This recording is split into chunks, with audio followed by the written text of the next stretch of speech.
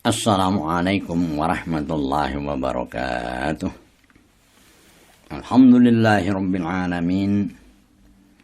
Wassalatu wassalamu ala khatamil anbiya'i wal mursalin wa ala alihi wa sahbihi wa man tabi'a sunnatahu ila yaumiddin.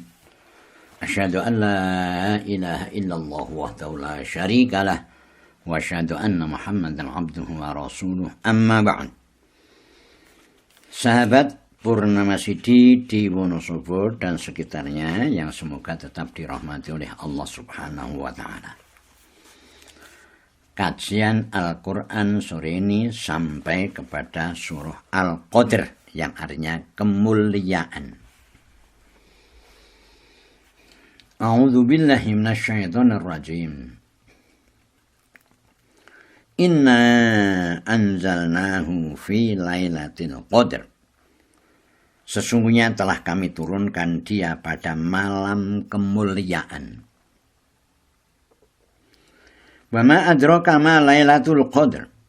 Dan sudahkah engkau tahu apakah dia malam kemuliaan itu?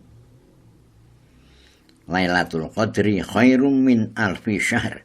Malam kemuliaan itu lebih utama daripada 1000 bulan. Tanazzalul malaikatu warruhu fiha bi'idzni rabbihim min kulli amr. Turun malaikat dan roh pada malam itu dengan izin Tuhan mereka membawa pokok-pokok dari tiap-tiap perintah. Salamun hiya hatta matla'il fajr. Sejahteralah dia sehingga terbit fajar. Ayat ini dimulai dengan inna anzalnahu fi lailatul qadr. Sesungguhnya telah kami turunkan dia pada malam Al-Qadr, malam kemuliaan, ayat 1. Artinya ialah bahwa kami Allah, yaitu Allah Tuhan sarwa sekalian alam, telah menurunkan Al-Quran yang mula-mula sekali kepada Nabi kita Muhammad SAW pada malam kemuliaan. Lailatul Qadr. Kita artikan malam kemuliaan. Karena setengah dari arti Qadr ialah kemuliaan. Dan boleh juga diartikan Lailatul Qadr malam penentuan. Karena pada waktu itulah mulai ditentukan khitoh atau langkah yang akan ditempuh oleh Rasulnya di dalam memberikan petunjuk bagi umat manusia. Kedua arti ini boleh dipakai. Kalau dipakai arti kemuliaan, maka mulai pada malam itulah kemuliaan tertinggi dianugerahkan kepada Nabi kita Muhammad SAW. Karena itulah permulaan malaikat Jibril menyatakan diri di hadapan beliau di dalam Gua Hira.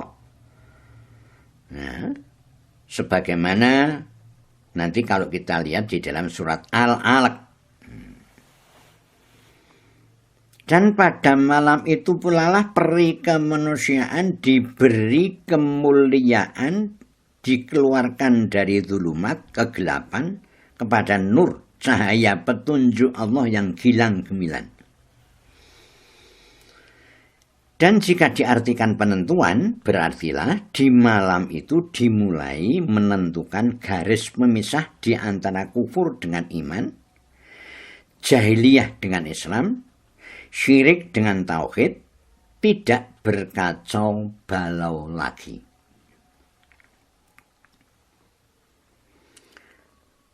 Dan dengan kedua kesimpulan ini, sudahlah nampak bahwa malam itu adalah malam yang istimewa dari segala malam. Malam mulai terang benderang, wahyu datang ke dunia kembali, setelah terputus beberapa masa dengan habisnya tugas daripada nabi-nabi yang terdahulu. Dan nabi yang kemudian ini, yaitu Nabi Muhammad SAW, adalah penutup dari segala nabi dan segala rasul, Khatimul Anbiya wal Mursalin.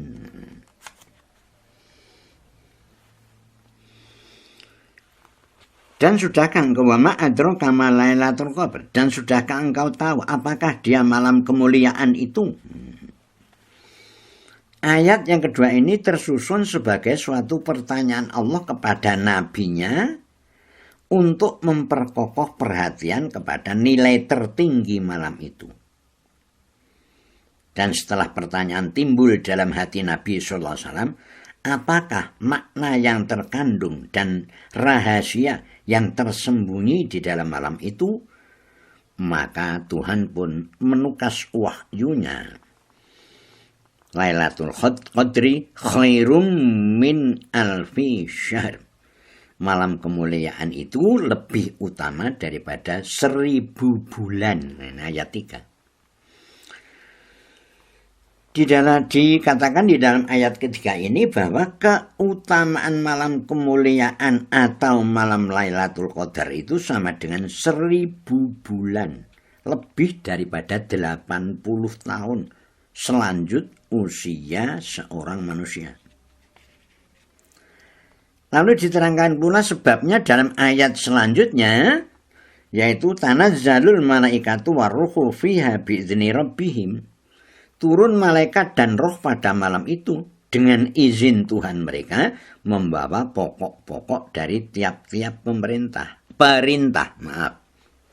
dari tiap-tiap perintah. Itulah sebab yang nyata dari kemuliaan malam itu. Laksana satu perutusan atau satu delegasi, malaikat-malaikat turun ke bumi ini bersama-sama dengan malaikat yang di sini disebut roh, yaitu kepala dari sekalian malaikat. Itulah malaikat Jibril yang kadang-kadang disebut juga dengan Ruhul Amin. Dan kadang-kadang disebut juga dengan Ruhul Kudus, menghantarkan wahyu kepada Nabi Muhammad SAW yang telah terpilih buat menerimanya, yang terkenal dengan Mustafa. Di malam itu menjadi tinggi sekali, lebih utama daripada 1000 bulan, setinggi-tinggi usia biasa yang dapat dicapai oleh manusia. Pada kali pertama utama itu, Jibril memperlihatkan dirinya kepada Muhammad menurut keadaannya yang asli, sehingga Nabi sendiri pernah mengatakan bahwa hanya 2 kali dia dapat melihat Jibril itu dalam keadaannya yang sebenarnya, yaitu pada malam Lailatul Qadar atau malam nuzul Quran di Gua Hira, dan kedua di Sidratul Muntaha ketika beliau Mi'raj. Pada kali yang lain beliau melihat Jibril hanyalah dalam penjelmaan sebagai manusia, sebagai pernah dia menyerupakan dirinya dengan sahabat Nabi yang bernama Dahiyah Al-Kalbi.